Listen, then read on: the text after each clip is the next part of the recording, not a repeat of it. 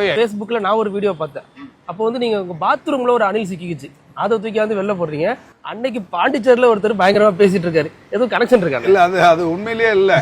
அப்புறம் நானு அது நடந்ததுக்கு அப்புறமா தான் அதை பார்த்தா அதுல வர்ற கமெண்ட்ஸ் எல்லாம் பார்த்தா முழுக்க அதை தொடர்பு படுத்தி இருந்தது.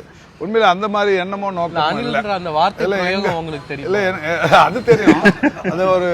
அது தெரியும் யார் அணில்னு.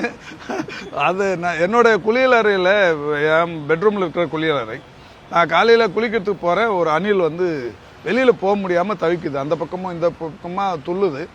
அது எப்படி போக வைக்கிறதுன்னு தெரியல. நான் கதவை திறந்து விட்டோம், நின்று பார்த்தேன் வெளில போக தெரியல. அதுக்கு போனாலும் பெட்ரூம்குள்ளே தான் போவோம். சரி, அப்புறமா என்ன பண்ணேன்னா நானும் அதை பிடிச்சோன்னே நல்லா கடிச்சிருச்சு. கடிச்சு இப்பவும் கூட ஊசி போட்டுக்கிறேன். 4ஆம் தேதி இன்னொரு லாஸ்ட் டோஸ் போடணும். இதுவும் பொலிட்டிக்கல் மெசேஜ் எதுவும் இல்ல. 4ஆம் தேதி ஒரு ஊசி போடணும். இப்போ அது மாதிரி ஒரு 6-7 ஊசி அன்னைக்கே போட்டாங்க.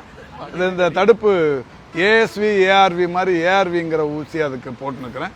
4வது டோஸ் இப்போ 4ஆம் தேதி போடணும். அணில் கடிக்க இவ்வளவு ஊசி போடணும். அது எல்லாமே அந்த எப்படியா இருந்தாலும் அந்த ஆன்டி ரேபிட் இந்த இதுக்கு வந்து எடுத்தாகணும்.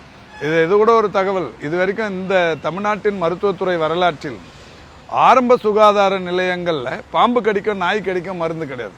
இப்போ பாம்பு கடியும் நாய் கடியும் தான் தமிழ்நாடு மட்டும் இல்லை, உலகம் முழுக்க இருக்கிற ஒரு இஷ்யூ.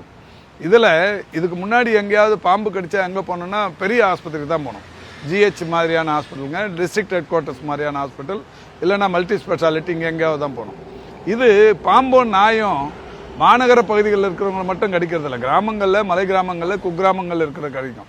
மாண்புமிகு முதல்வரோட வழிகாட்டுதலோட இப்போ அந்த பாம்பு கடிக்கும் நாய் கடிக்குமான மருந்து 2286 ஆரம்ப சுகாதார நிலையத்திலையும் பாம்பு கடிக்கான மருந்து ஏஎஸ்வி, நாய் கடிக்கான மருந்து ஏஆர்வி. இதுக்கு முன்னாடி டாக்டரா தான் இருந்தார், 10 வருஷம் மந்திரியா. அவர் அந்த ஸ்கீம் எடுத்துட்டு வரல.